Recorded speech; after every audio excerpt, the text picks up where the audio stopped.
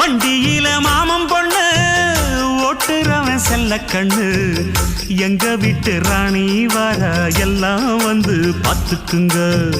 பொட்டி வண்டி கட்டிக்கிட்டு பொண்ணு மேல ஒட்டிக்கிட்டு ராணிக்கு தராசா எங்க மாமே வரார் பாத்துக்குங்க.